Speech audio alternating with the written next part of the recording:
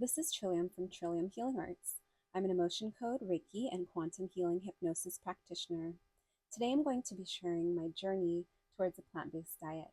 But first, I invite you to subscribe to my YouTube channel. So, I consider myself an advocate for veganism. I have a group called Vegan Vixens, which is now a raw vegan meetup in the Laguna Beach, California area. But I've also just hosted vegan meetups, raising awareness and money for organizations that help educate the community and children, especially, towards the benefits of a plant based diet because there's various. Them specifically, their goal, I worked with the Roots Institute, is to share knowledge about how animal agriculture is really destructive for the planet. My journey has been a combination of both seeking physical help and having deep empathy, as well as caring about the environment. So I believe it began in 2006. It was the first time when I started becoming aware of nutrition. I was plagued with bad skin and inflammation. I just did not feel good in my body. So I started searching and was exposed to kale and different whole foods, vitamins, minerals. Back then, it was more like putting the band aid on the wound rather than thinking about, you know, um, my health externally and drawing the connection to food that was never really emphasized for me. So I started changing my diet, and then a girlfriend of mine, she went vegetarian with me for a little bit, but she didn't last. She showed me this movie called Meet Your Meat, and it was a documentary on the animal agriculture industry. And it was so horrifying and gruesome that that was my first step towards being a vegetarian. Um, so I cut meat out, and then I didn't know anything about nutrition still. And I probably still ate a lot of bread and just coffee and like pizza, not knowing like what types of food to eat yet. But that was my first step along the journey. And then I started becoming, I think I did psychedelics for the first time in 2000 and maybe eight. And that really opened my eyes up. I really felt this deep sense of connection to the universe, to other people. It really opened up my sense of empathy and, feeling compassion at such a deep level and empathy at such a deep level. You realize you're all connected and you wouldn't want to hurt another being. Um, and so I started, I think I gave up animal products. And I think the last thing that was hard for me to give up was cheese because cheese actually is very narcotic.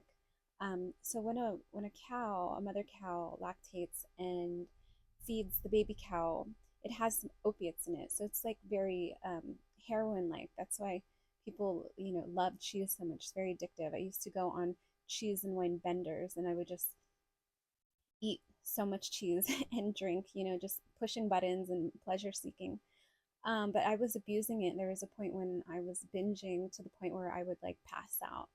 And so my relationship to food was not the healthiest. I was using it as a numbing agent to self medicate from the harsher, more intense feelings of being an empath.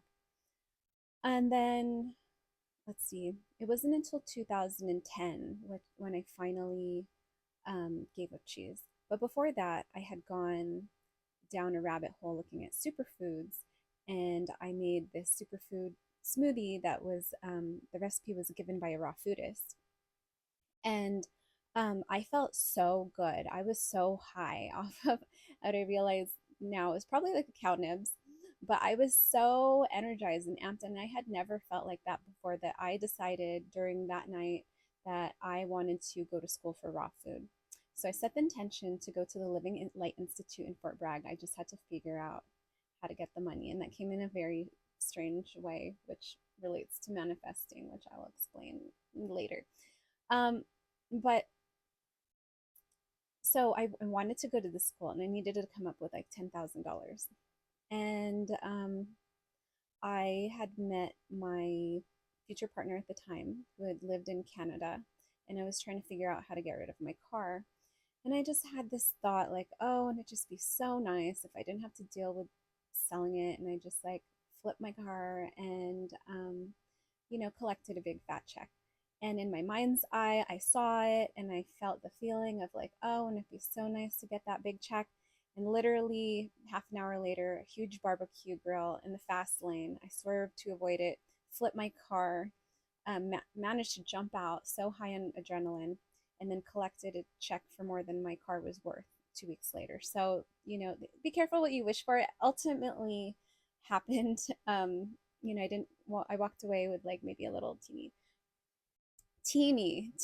nick from the glass shattering. But and maybe like a little bump on the head from, when I had to unbuckle myself from my seatbelt and jump out of the car. But I probably had PTSD for a while. This is a reminder for me to go back and check and see if I have any lingering PTSD from that event. Um, but when I moved to Canada, my partner, he his father had had cancer, and he was Chinese living in China. And there was this book called The China Study, which did a 10-year study on why people from different provinces got cancer and why, um, people from different provinces did not get cancer. And so, what the findings were is that people with a diet of affluence, which is like highly processed foods and meat, were the ones that were getting cancer. And the very poor people, which could only afford very simple food like rice and vegetables and very little meat, only to flavor the food, they were the ones that were eating the same exact toxins and exposed to the same exact things, but were not getting cancer. And so they found a correlation between increased animal consumption and cancer rates. And then went into the science of casein in lab mice and how the ones that consumed high amounts were getting cancer, and also in other countries where dairy consumption is very high, they were getting large amounts of cancer. So that finally helped me break my cheese addiction. And at the time, I was just vegetarian, kind of flexitarian. There were a couple years where I went back and I tried incorporating fish and eggs back into my diet. But after doing that, I saw this video on parasites and seafood, and I was just like, that's it, gross, no more. I tried to rationalize it like, oh, fish probably can't feel as much as like a mammal. But I just decided it was time to stand strong and convict to it, because there's just so many reasons with the planet and overfishing and pollution. And not only that, I found that with a high raw vegan diet and plant-based foods, primarily, for me, dark leafy greens, fresh veggies, low sugar fruits, that works best for my system. I'm a blood type A. I would highly recommend you look into the book, The Blood Type Diet. Um, so O's are geared towards eating high levels of protein and fats. Everybody's going to be different. Everyone has a different body. It's a very complex topic. Some people go into a vegan diet just eating Beyond Burgers and French fries, and that is not a sustainable or healthy way. You are not going to succeed doing that. You actually have to do the research, and there's some great macro tools to look at. And I highly suggest whole food, plant based diet. Um, but anyway, so I am about to be 40 coming up in January. This is my birthday.